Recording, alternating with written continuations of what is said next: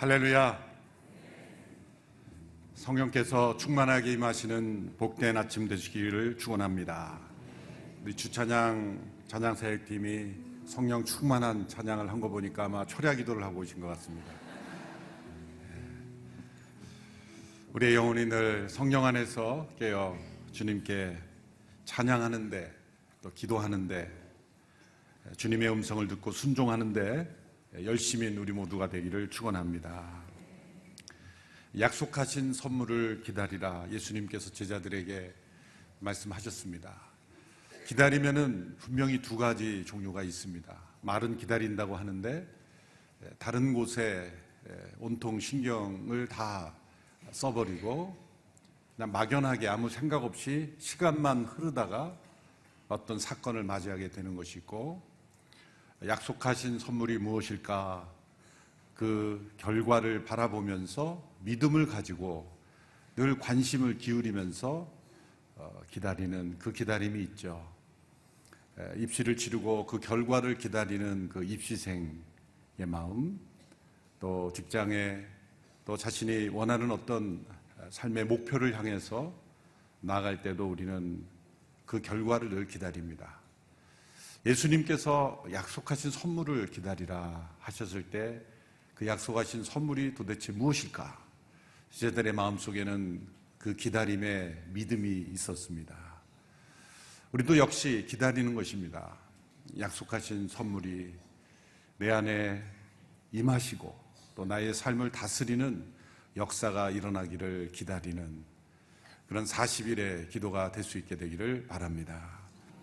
사도들이 경험했고, 또 초대교회 성도들이 경험했고, 또 교회 역사상 많은 믿음의 사람들이 경험했던 그 성령님의 역사심은 어느 누구에게만, 특정한 사람에게만 주어진 것이 아니라 오늘 우리 모두에게 차별 없이 모든 이들에게 약속된 하나님의 선물, 이 충만한 삶, 이 능력의 삶이 우리에게 약속되어 있습니다. 약속된 충만한 삶을 우리가 거절하고 또 받아들이지 않고 믿지 않고 또 추구하지 않는다면 그것은 얼마나 안타깝고 어리석은 일이겠습니까? 그 약속된 삶을 우리도 누리게 하여 주옵소서. 사도행전에 나타난 그 성령 충만한 삶이 우리에게 나타나게 하옵소서. 예수님을 믿는다는 것은 초자연적인 삶을 추구하는 것입니다. 자연, 질서, 또 우리가 생각하는 이 과학의 법칙이 전부라고 생각하는 삶이 아니라 초자연적인, 세상을 창조하시고 말씀이 육신이 되고 성경에 나타난 수많은 기적의 사건들이 오늘 나에게도 함께 하심을 우리가 믿는 것입니다. 예수님 믿는 이 초자연적인 이 신비의 삶, 그 삶 속의 능력이 우리에게 주어지는 것입니다. 그 약속을 따라오신 분이 성령님, 이 성령님을 오늘도 사모합니다. 어떤 분은 그렇게 생각하실 거예요. 예수님의 이름만 부르면 되지 꼭 성령님의 이름을 불러야 되느냐. 사도행전의 역사를 보면 반복되는 단어가 예수의 영이 우리를 인도했다, 막으셨다, 또 새롭게 보여주셨다, 성령께서, 심지어는 말씀도 한 인격체처럼 말씀합니다. 말씀이 흥황하였다. 그 이면에는 성령의 역사가 있는 것이죠. 분명히 한 시대의 변화가, 예수님께서 부활 승천하시고 보혜사 성령이 오심으로 새로운 시대가 열린 것은 분명합니다. 역사를 너무 세분화해서 세대주의로 나누어서 구별하는 것은 분명 문제이지만, 사도행전의 오순절 성령 강림 이후로 오늘 우리가 살아가는 이 시대는 성령께서 우리로 하여금 예수 그리스도를 믿게 하시고 그분을 닮아가게 하시는 역사인 것은 분명한 세대의 구분인 것이죠. 그런 의미에서 오순절 성령 강림의 사건은 우리에게 너무나 중요한, 예수님께서 십자가에 죽으시고 부활하신 사건과 동일한 수준의 역사적 사건인 것입니다. 예수님의 십자가와 부활이 왜 우리에게 절실하게 체험되지 않는 것일까? 오순절 임하신 성령님의 역사하심을 간과하고 무시하고 인정하지 않기 때문이죠. 오늘 세례 요한이 예수님을 증거하는 요한복음 1장의 이 증거를 보십시오. 세례 요한이 예수님에 대하여 두 가지 증언을 했습니다. 첫 번째 증언은 29절에 나옵니다. 다음 날 요한은 예수께서 자기에게 다가오시는 것을 보고 말했습니다. 보시오, 세상 죄를 지고 가는 하나님의 어린 양이십니다. 십자가를 져서 우리를 대속하시는 대속제물 되신 예수님, 이 십자가를 지시는 예수님을 증거하죠. 또 다른 증언이 이어서 나옵니다. 32절에 보시면, 그리고 요한은 또 이렇게 증언했습니다.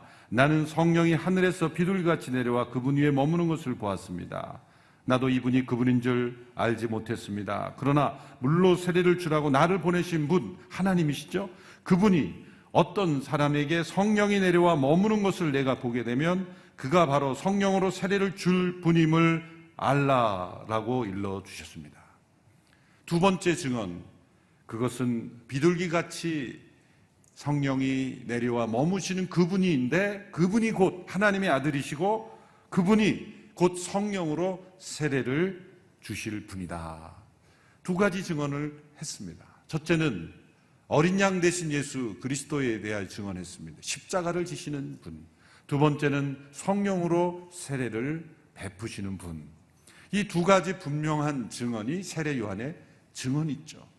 우리는 십자가를 지신 어린 양 예수님에 대하여는 많은 증거를 하지만 성령으로 세례를 주시는 분에 대해서는 왜 증거를 안 하고 이 증언을 말씀 그대로 받아들이지 않는지, 여기에는 많은 신학적인 편견과 사람들의 어떤 무시가 들어가는 것이 아닌가 생각하는 것이죠.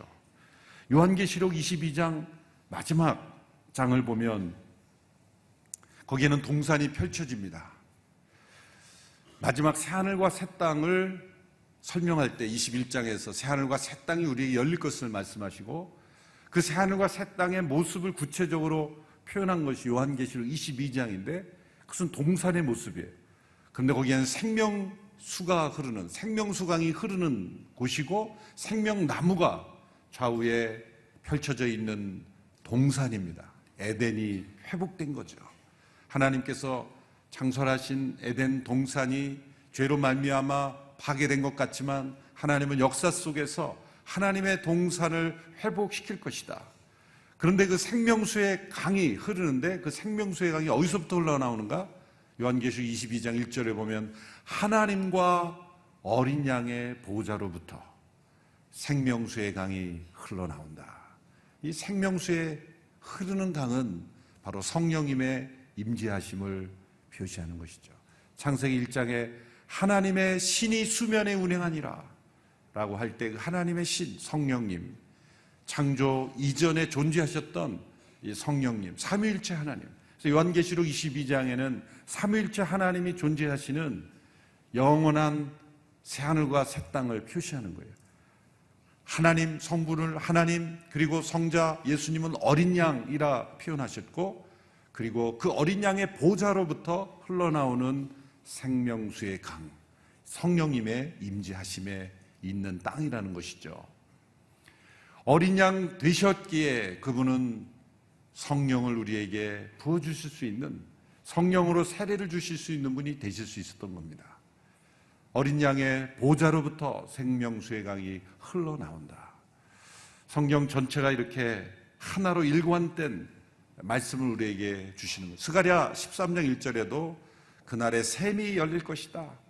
모든 사람의 죄와 더러움을 씻는 샘이 열릴 것이다. 그 샘은 어디서 흘러나옵니까? 십자가에 못 박힌 예수 그리스도의 그 창에 찔린 허리로부터, 그 예수 그리스도의 보혈로부터, 십자가로부터 주님의 성령의 임재하심이 흘러나오는 것이죠. 세상 죄를 지고 가는 하나님의 어린 양이 십자가에서 부활하시고 승천하시고 높임을 받으셨기에 우리에게 성령으로 세례를 베풀어 주십니다. 그래서 하나님과 어린 양 되신 예수 그리스도께서 우리에게 성령으로 세례를 주십니다. 그러므로 우리는 이 성령으로부터 주어지는 이 세례를 통해서 십자가의 능력, 부활의 능력을 그리고 부활 승천의 재림의 그 사건을 우리의 삶 속에 날마다 체험해 갈 수가 있는 것입니다. 성령의 세례를 경험케 하여 주옵소서. 예수 그리스도를 믿고 구원받는 사람들도 때로 이 성령으로 충만함을 경험하지 못하기에 영적 전쟁에서 실패하고 또 세상의 시험과 유혹에 쉽게 휩쓸려 가는 것이죠. 약속하신 선물을 기다리라. 우리의 기도는 날마다 기다림의 기도입니다. 또 갈망함의 기도입니다. 우리의 영적 생활에서 가장 큰 위험, 적은 바로 이 거짓된 만족감입니다. 거짓된 만족감. 이것은 교만에서 나오는 것이죠. 교만은 끊임없이 우리로 하여금 이만하면 됐다. 일주일에 한 번 예배 참석하는 것도 어디냐. 내가 놀러 가지 않는 게 얼마나 감사하냐. 온갖 사단은 우리로 하여금 다 이루었다라고 거짓말을 우리에게 되새깁니다. 이 정도 신앙생활 하면 됐지. 꼭 그렇게 잠 안 자면 새벽에 나가야 되니? 라고 속삭하는 거죠. 몸의 컨디션이 얼마나 중요한데. 하루 생활해야 되잖아. 여러 가지 이유로 사실 우리의 삶의 영적 생활을 추구하는 것을 방해합니다. 이 거짓된 만족감. 그러나 사실 우리가 진짜 만족하고 있는 것이 따로 있기 때문에 성령으로 충만한 삶을 추구하지 않는 거예요. 다른 것에 갈급해 있기 때문에, 다른 것을 목말라 하고 다른 것으로 인하여 영혼이 만족하고 있기 때문에 하나님으로부터 오는 이 충만한 삶을 우리가 추구하고 있지 않은 것이죠. 에이든 토우저 목사님은 영적 생활에 있어서 만족은 하나의 악이다 그랬어요. 악한 것이다. 자족하는 마음의 경건에 유익이 된다고 하지 않았습니까? 그때의 자족은 환경과 물질과 기타 등등에 대한 거예요. 영적 생활에 대해서는 만족하라 말씀하신 적이 없습니다. 사도 바울은 복음의 귀한 통로가 된 사람이고 신약의 3분의 2가 그를 통해 기록이 됐어요. 바울 서신들이죠. 근데 그는 빌립보서에서 이런 고백을 했죠. 나는 아직 잡은 줄로 여기지 아니한다. 신약의 3분의 2가 기록되는 통로가 되었던 분, 바울의 서신들이 없다면 우리가 십자가에도 부활의 그 능력, 예수님의 그리스도의 몸, 성령의 은사, 열매에 대한 성경적인 분명한 진리를 깨닫지 못했을 거예요. 그를 통해 다 주어진 거예요. 그에게 부어진 성령의 역사, 성령의 지식으로 인해서 우리가 그 십자가의 진리를 깨닫게 되었죠. 로마서가 없었더라면, 갈라타가 없었더라면, 에베소서가 없었더라면 우리는 어떻게 이 복음의 능력과 교회의 신비를 깨달을 수 있었겠어요. 그런데 그가 이렇게 말했죠. 나는 아직 잡은 줄로 여기지 아니한다. 나는 표대를 향하여 붙잡힌 바 된 그것을 잡으려고 쫓아가고 있다.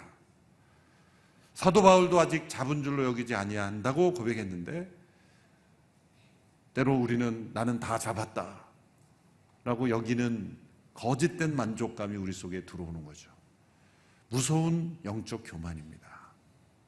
성경을 조금 읽었다고, 뭔가 좀 깨달았다고, 일부적인 어떤 체험이 있다고, 그것이 영적 생활의 전부인 것처럼 그렇게 교만할 때, 그때부터 사단은 이제 너는 내 편이다, 너는 나와 함께 일할 준비가 되었다, 이렇게 사단이 우리를 유혹하는 것이죠. 그래서 작은 깨달음으로 교만해하고, 작은 체험으로 교만해하고, 또 교회의 경력으로 교만해하고, 무엇인가 우리의 마음속에 사단은 끊임없이 교만을 일으켜서 그 교만의 목적은 뭐예요? 만족하게 하는 거예요.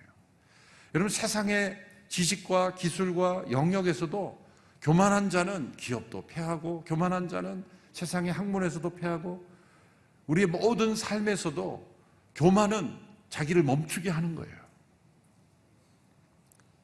이만하면 됐지라고 하는 그 순간 속에 사단은 우리의 삶을 무너뜨리는 거예요. 그건 무엇입니까? 더 이상의 발전을 가로막는 것이고, 사회적으로 말하자면 영적 생활에 있어서는 우리에게 예비된 이 충만한 삶을 누리지 못하게 함으로써 결국 우리는 사단 편에 서서 살아가도록 우리를 만들어 버리는 것이죠. 성령의 세례를 받고 성령의 충만한 삶을 추구하는 사람들의 모습에는 언제나 갈망이 있어요. 갈망이 있어요.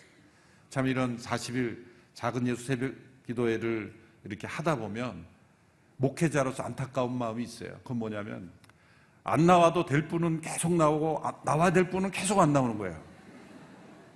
참 신비하죠? 이곳에 앉아 계신 분 보니까 뭐 아부가 아니라 그냥 집에서 주무셔도 영적 생활 잘 하실 분은 꼭 나와 계시고 나오셔야 되는데 그분은 꼭 푹 주무시고 계시고 꼭 어떤 집회를 해도 나와야 될 분은 항상 안 나와요. 왜? 그 마음속에 이게 안 나오신 분을 정죄하는 건 아닙니다. 오해하지 마시고 꼭 들어야 될 말씀을 들어야 되는데 꼭 상관이 없지 살아가는. 왜 그럴까요? 그 마음속에 무엇이 들어있길래 진짜 안 들어도 되는, 기도하지 않아도 되는 영적 삶을 살고 있어서 그랬을까요? 아니에요. 다른 무엇으로 만족하고 있는 거예요. 그것이 더 즐거운 거예요. 그것이 더 만족스러운 거예요. 정말 하나님께서 우리에게 예배하신 영적 충만한 삶으로 만족함을 추구하는 이런 추구의 삶이 우리에게 있지 않으면 우리는 다른 것으로 만족해 버리게 되는 거예요. 성령 충만한 삶을 추구했던 분들은 언제나 동일한 증상이 나타납니다. 갈급하다는 거예요. 갈급함이 있다, 목마름이 있다는 거죠. 시편 42편 기자는 하나님을 향한 이 목마름을 표현했습니다. 오 하나님이여, 사슴이 목이 말라 헐떡거리며 시냇물을 찾듯이 내 영혼이 목이 말라 주를 찾습니다. 내 영혼이 하나님을, 살아계신 하나님을 목말라 합니다. 내가 언제 나아가서 하나님을 뵐 수 있겠습니까? 믿음에 만족하는 사람은 이런 표현을 쓰지 않죠. 사슴이 헐떡거리며 물을 찾듯이 내 영혼이 목마릅니다. 자신의 영혼의 만족감을, 거짓된 만족감에 사로잡힌 사람은 이런 표현이 나올 수가 없습니다. 다윗도 광야에서 하나님을 향한 갈망을 이렇게 표현했죠. 시편 63편 1절에 우리 함께 읽어보실까요? 시작. 오 하나님이여, 주는 내 하나님이시니 내가 주를 간절하게 찾습니다. 물이 없어 메마르고 지친 땅에서 내 영혼이 주를 목말라 하며 내 육체가 주를 간절히 바랍니다. 물이 없어 목마르고 지친 땅에서 내 영혼이 주를 목말라 합니다. 내 육체가 간절히 주님을 바랍니다. 이러한 목마름, 이러한 갈망이 바로 살아있는 영혼의 모습입니다. 우리 육체도 점점 죽어가는 것은 갈증을 점점 느끼지 못하는 것이죠. 우리의 몸에 많은 질병 중에 원인이 수분 부족일 때가 많죠. 나이가 들어가면서 물을 마시지 않고 살아도 목마르지 않는 것은 센서가 점점 죽어가고 있는 증거일 수 있죠. 하루 종일 물을 마시지 않아도 나는 괜찮긴요. 몸에 문제가 있어요. 우리의 영혼에 영적인 그러한 성령의 임재가 없이도 살아갈 수 있다는 것은 심각한 문제가 있다는 거죠. 성령의 임재가 없이는 살아갈 수 없는 목마름, 이 갈망, 이것이 살아있는 영혼의 증거입니다. 하나님께서는 이스라엘 백성에 대한 심판의 원인을 설명해 주시면서 예레미야서를 통해서, 예레미야를 통해서 이렇게 그 문제를 지적해 주십니다. 예레미야 2장 13절 개정 번역으로 함께 읽어보겠습니다. 시작.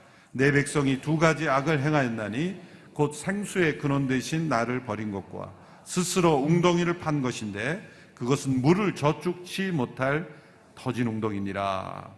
생수의 근원 되신 하나님을 버려버리고 스스로 웅덩이를 팠는데 그것은 물을 저장하지 못할 터진 웅덩이라는 거죠.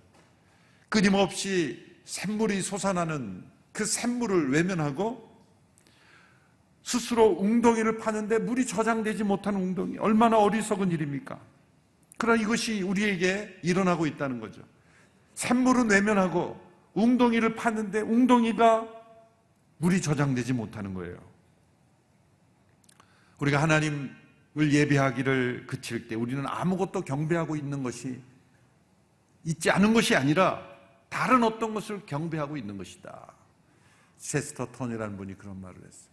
우리가 하나님을 갈망하고 있지 않을 때 아무것도 갈망하고 있지 않는 것이 아니라 다른 무엇을 갈망하고 있는 거예요. 하나님이 아닌 것으로 만족하고 있는 거예요. 그런데 그것은 터진 웅덩이다. 요한복음 4장에 보면 바로 이 말씀에 적용되는 한 여인의 삶이 나오죠. 생수의 근원 대신 하나님을 버리고 스스로 물을 저축지 못할 웅덩이를 판 한 여인. 예수님께서 만난 이 사마리아 여인이 바로 그런 여인이죠. 정오 때 물을 기르러 온 그 여인, 육신의 목이 말라 물을 기르러 왔지만 사실은 그 육체의 목마름보다 더 깊은 영혼의 목마름이 그 영혼 속에 있었습니다. 세상에 그 무엇으로도 채울 수 없는 목마름이 있었지만 그 여인은 남자로 그 목마름을 채우려 했고 이미 수차례의 사람이 바뀌었지만 그 영혼의 목마름은 채울 수가 없었습니다. 이미 6개의 웅덩이를 봤지만 그것은 터진 웅덩이였다. 예수님은 그 영혼을 보자마자 그 영혼의 문제를 지적하셨습니다. 예수님은 그 영혼에게 말씀하셨어요. 요한복음 4장 14절의 말씀에 내가 주는 물을 먹는 자는 영원히 목마르지 아니하리니 나의 주는 물은 그 속에서 영생하도록 솟아나는 샘물이 될 것이다. 너에게는 솟아나는 샘물이 필요하다. 스스로 다른 어떤 사람으로 어떤 물질로 너의 그 목마름을 채울 수 없다. 내가 주는 물을 마셔야 한다. 예수님께서 말씀하신 내가 주는 물이란 무엇일까요? 성령님이시죠.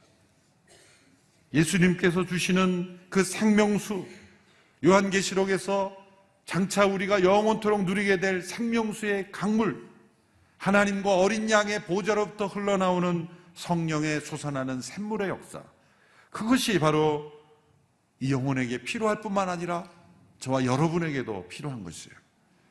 여러분, 우리에게 이 솟아나는 샘물이 있습니까? 아니면 터진 웅덩이를 계속 파고 있습니까? 이스라엘 절기 가운데 초막절이라는 절기가 있습니다. 이 초막절은 이스라엘 백성들이 광야를 지날 때에 그 광야 생활에서 베풀어 주신 하나님의 은혜를 기억하고 감사하는 절기입니다. 이스라엘 백성들이 광야를 지날 때 가장 그들의 역사 속에 잊을 수 없는 가장 드라마틱한 체험은 무엇이겠습니까? 여러 기적들이 있었는데 가장 드라마틱한 체험은 광야에서 물이 없어 목말라 죽을 것 같은 그 상황 속에서 하나님께서 모세를 통해서 바위에서 물이 터져나오는, 샘물이 터져나오는 그 사건이었을 것입니다. 그래서 민수기 21장 17절에 보면 이스라엘 백성들은 그때를 기념하며 이스라엘에 노래하기 시작했어요. 우물물아 솟아나라, 너희는 그것을 노래하라. 그래서 이 초막절이라는 절기, 광야 생활을 기억하는 이 초막절에 그들이 집에서 떠나 텐트를 치고, 그래서 이스라엘 예루살렘에 가면 아파트마다 베란다가 넓죠. 그래서 초막절에는 안방에서 나와 그 베란다에 작은 텐트를 지고 거기서 자는 거예요. 그래서 이스라엘의 그 모든 그 아파트는 베란다가 넓습니다. 방처럼 텐트를 칠 수 있는, 초막절을 지키기 위해서죠. 그런데 그렇게 텐트를 치고 자고 그런 것보다 가장 중요한 것은 바로 물이 솟아났던 그 바위에서 모세를 통해 샘물이 터져났던 것을 기억하는 거예요. 그래서 제사장들은 아침마다 기온 세밀에 가서 물을 길러와서 제단에 물을 붓습니다. 매일 한 번씩 그렇게 붓고 명절 끝날, 그 절기가 끝나는 7째 날에는 마치 이스라엘 백성들이 여리고성을 7번 돌았듯이 7번 갖다 붓습니다.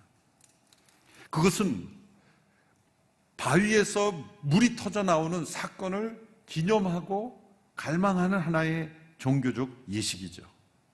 예수님께서 오늘 요한복음 7장 37절에서 초막절의 가장 중요한 날인 마지막 날에, 이것은 제사장이 7번 물을 길러다 붓는 그 초막절의 클라이막스, 바로 바위에서 물이 터져 나오는 체험을 기억하는 바로 그 순간에 예수님께서 큰 소리로 말씀하셨습니다.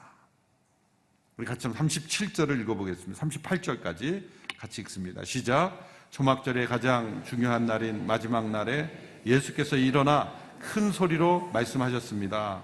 누구든지 목마른 사람은 다 내게로 와서 마시라. 누구든지 나를 믿는 사람마다 성경의 말씀대로 생수의 강이 그의 배에서 흘러나올 것이다. 아멘. 예수님은 초막절에 그 절기가 예표하는 것이 예수님을 통해 성취되었다고 말씀하시는 거예요. 이스라엘 역사에서 왜 하나님께서 광야에서 바위에서 물을 터져 나오게 하셨는가?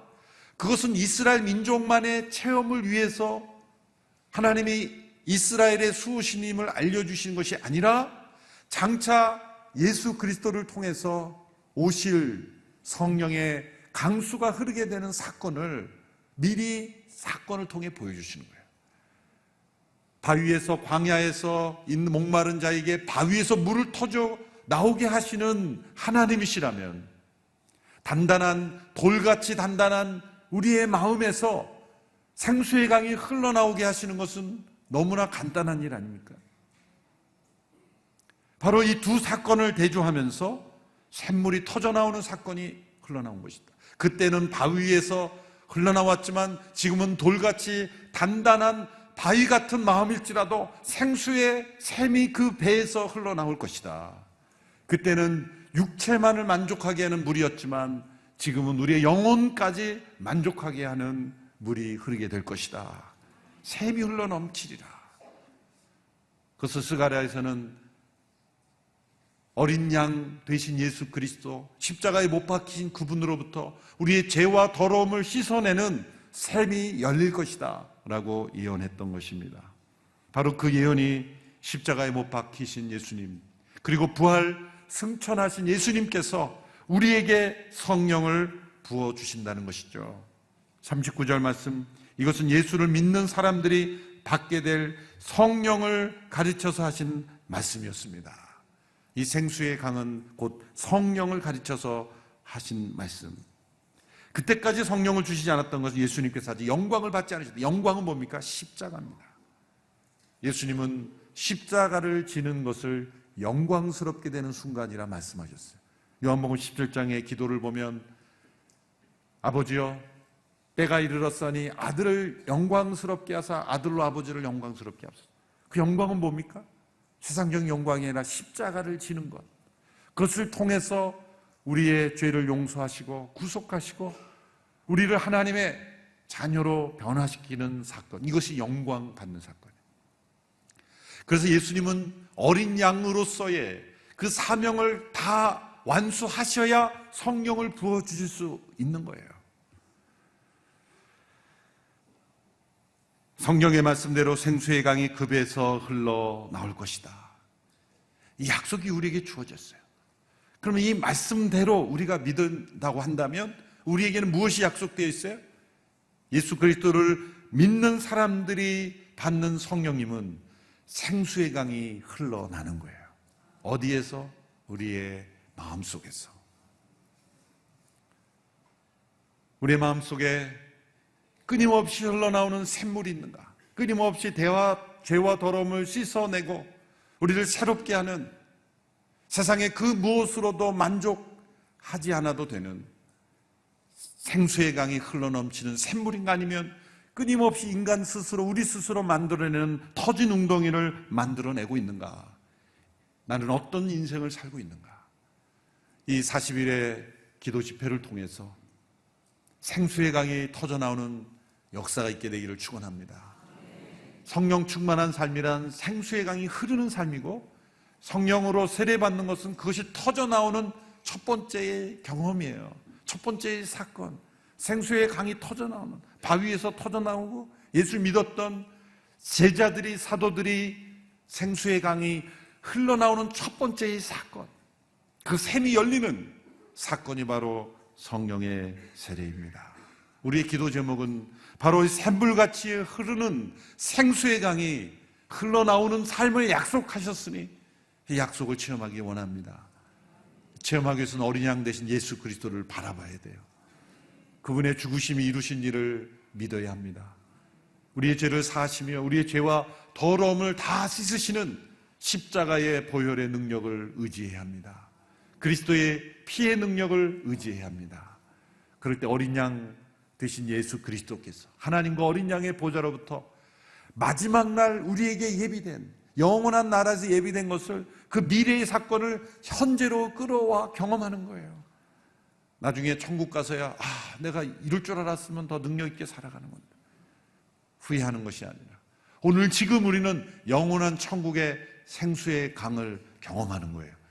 요한계시록 22장의 생명수가 흐를 때 놀라운 일은 죽음이 생명으로 변화되고 병이 치유되고 또 어둠이 떠나가고 우리의 삶 속에 있었던 모든 갈등들이 치유되고 변화되는 역사가 일어나게 되는 것입니다. 생수의 강이 흘러넘치는 우리의 삶이 되기를 간절히 기도하는 이 아침 되기를 축원합니다. 기도하겠습니다. 이 시간 함께 기도할 때 내가 주는 물을 먹는 자는 영원히 목마르지 아니할 것이다. 내가 주는 물은 그 속에서 영생하도록 솟아나는 샘물이 되리라. 이 말씀을 믿습니다. 주님, 내 안에서 솟아나는 샘물이 흐르게 하여 주옵소서. 생수의 강이 흘러넘치기를 원합니다. 주께서 약속하시니 충만한 성령에 속한 삶, 십자가를 통해 구속하신 그 은혜가 성령의 강수로 강물로 내 안에 흐른다는 약속을 믿습니다. 내 안에 이 생수의 강이 흐르기까지를 기도하겠습니다. 이것을 믿고 의지하겠습니다. 내가 판 웅덩이를 의지하며 살아가지 않겠습니다. 생수의 강이 흘러넘치는 삶을 따라 살겠습니다. 주님, 내 안에 임하여 주시옵소서. 성령님, 내 안에 충만하게 임하여 주시옵소서. 합심하여 함께 기도하겠습니다.